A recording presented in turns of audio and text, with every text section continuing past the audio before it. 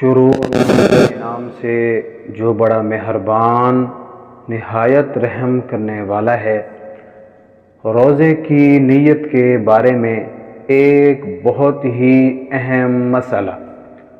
نیت کا تعلق دل کے ارادہ سے ہے اور انسان کو تمام اعمال کا بدلہ نیت کے مطابق ہی دیا جائے گا۔ نبی اکرم صلی اللہ علیہ وسلم نے فرمایا، انما الاعمال بالنیات، یعنی اعمال کا در و مدار نیت پر ہے۔ فرضی روزے یعنی رمضان المبارک کے روزے کی نیت فجر سے پہلے پہلے کرنا ضروری ہے۔ ارشاد نبوی صلی اللہ علیہ وسلم ہے، من لم یجمع الصیام قبل الفجر فلا صیام لہ۔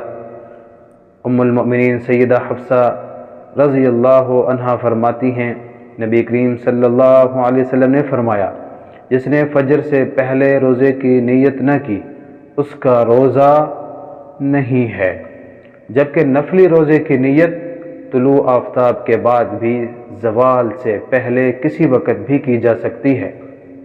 روزے کی نیت کے بارے میں احادیث میں کوئی لفظ نہیں ملتے۔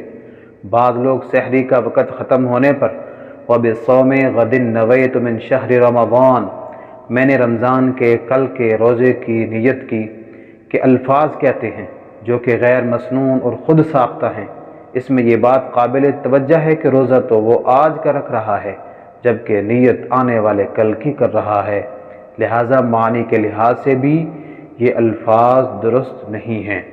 اللہ کریم سے دعا ہے کہ اللہ مجھے اور آپ سب کو دین کے مسائل سمجھنے اور اس پر عمل کرنے کی توفیق عطا فرمائے، آمین ثم آمین۔